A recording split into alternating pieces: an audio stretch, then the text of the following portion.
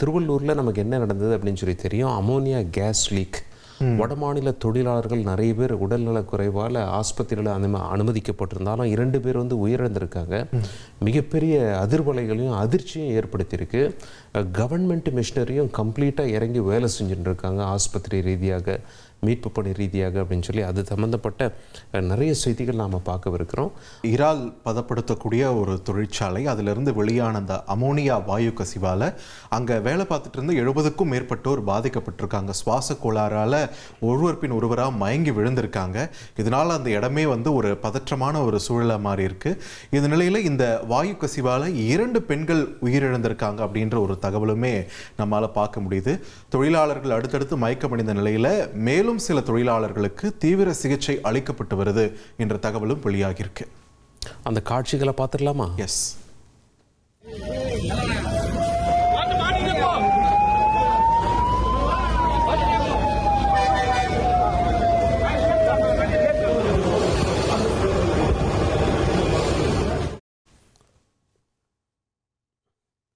Ammonia வாயு கசிவால் பாதிக்கப்பட்ட தொழிலாளர்கள் 32 பேர் கவலைக்கிடமாக இருப்பதாக தகவல் வெளியாயிருக்கு.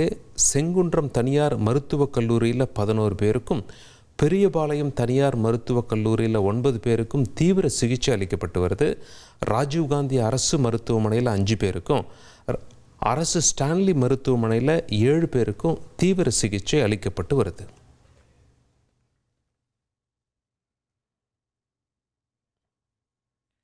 ஒரு பெரும் அதிர்ச்சி ஏற்படுத்தியிருக்கக்கூடிய இந்த அமோனியா வாயு கசிவு சம்பவத்தில் சம்பந்தப்பட்ட அந்த இறால் பதப்படுத்தும் ஆலை உரிமையாளர்கள் 2 பேரும் கைது செய்யப்பட்டிருக்காங்க.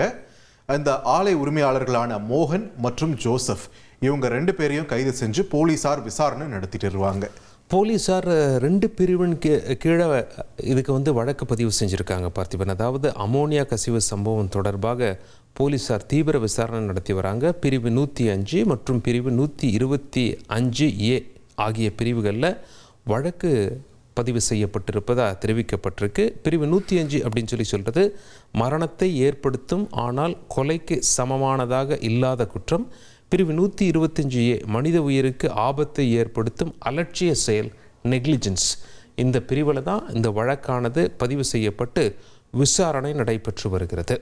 சலீம், மாநிலம் விட்டு மாநிலம் மொழி தெரியாத ஒரு ஊரில் பணியாற்றி வந்துட்டு இருக்காங்க இந்த தொழிலாளர்கள் எல்லாம், பெண்கள் உள்ளிட்ட தொழிலாளர்கள். ஆனால் ஒரு சரியான பாதுகாப்பு உபகரணங்கள்லாம் இல்லையோ அப்படின்ற ஒரு சந்தேகமே ஒரு பக்கம் எழுந்துட்டு இருக்கக்கூடிய நிலையில் இப்போ நம்ம செய்தியாளர் சதீஷ் சொன்ன விவரம்படி பார்க்கும்போது குழந்தை தொழிலாளர்களும் பயன்படுத்தப்பட்டிருக்காங்களா அப்படின்ற ஒரு விசாரணை இப்போ போயிட்டு இருக்குன்னு சொல்லியிருக்காங்க.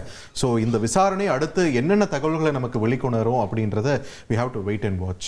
எஸ் பார்த்திபன், அதாவது அமோனியா வாயு கசிவு விபத்தில் உயிரிழந்த தொழிலாளர்கள் குடும்பத்திற்கு ஆளுநர் அர்லேக்கர் இரங்கல் தெரிவிச்சிருக்காரு. பாதிக்கப்பட்ட குடும்பங்களுக்கு தைரியம், வலிமை கிடைக்க பிரார்த்திப்பதாகவும் அவர் சொல்லியிருக்கார். தொடர்ந்து வாயு கசிவு விபத்தில் உயிரிழந்த தொழிலாளர்கள் குடும்பத்திற்கு முதலமைச்சர் விஜய் அவர்களும் இரங்கல் தெரிவிச்சிருக்காரு. துயரகரமான இந்த செய்தியை கேட்டு மிகவும் அதிர்ச்சியும் வேதனையும் அடைந்ததாகவும் அவர் தெரிவிச்சிருக்காரு. வாயு கசிவு சம்பவத்தில் உயிரிழந்தவர்களுக்கு 2 லட்சம் ரூபாய் நிவாரணம் அறிவிக்கப்பட்டிருக்கு. அவங்களுடைய குடும்பத்தாருக்கு உயிரிழந்தவர்களுடைய உடலை சொந்த மாநிலத்திற்கு அனுப்பி அரசு செலவில் நல்லடக்கம் செய்யப்படும் அப்படின்னு சொல்லி முதலமைச்சர் அறிவிச்சிருக்கார்.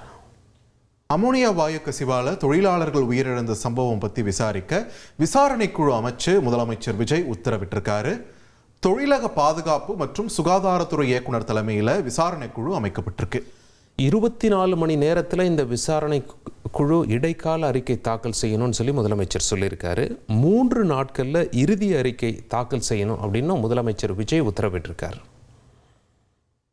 அமோனியா வாயு கசிவால் பாதிக்கப்பட்ட தொழிலாளர்களுக்கு அளிக்கப்படும் சிகிச்சை குறித்து அரசு ராஜீவ்காந்தி மருத்துவமனையில் அமைச்சர் ஆதவ் அர்ஜுனா ஆய்வு பணியை மேற்கொண்டார். சிகிச்சை குறித்து மருத்துவர்களிடம் அவர் கேட்டறிந்தார். அமோனியா கசிவு ஏற்பட்ட இடத்துல பல்வேறு வகையான காற்று மாசு கண்டறியப்பட்டதாக தகவல் வெளியாயிருக்கு. மத்திய மாசு கட்டுப்பாட்டு வாரியத்தினுடைய ஆய்வில் இந்த தகவலானது வெளியாகியிருக்கு. காற்றில் அமோனியாவின் அளவு 200 ppm முதல் 300 ppm வரை கண்டறியப்பட்டதாக தகவல் தெரிவிக்கப்பட்டிருக்கிறது. வாயு கசிவு சம்பவத்தில் பாதிக்கப்பட்டவர்கள் அமோனியாவை பெருமளவில் சுவாசிச்சிருக்காங்கன்னு சுகாதாரத்துறையினரோட முதற்கட்ட விசாரணையில் தெரிய வந்திருக்கு. ஒவ்வொன்றா உடல் உறுப்புகள் செயலிழந்ததாகவும் அதிர்ச்சி தகவல் அந்த அறிக்கையில் வெளியாகியிருக்கு.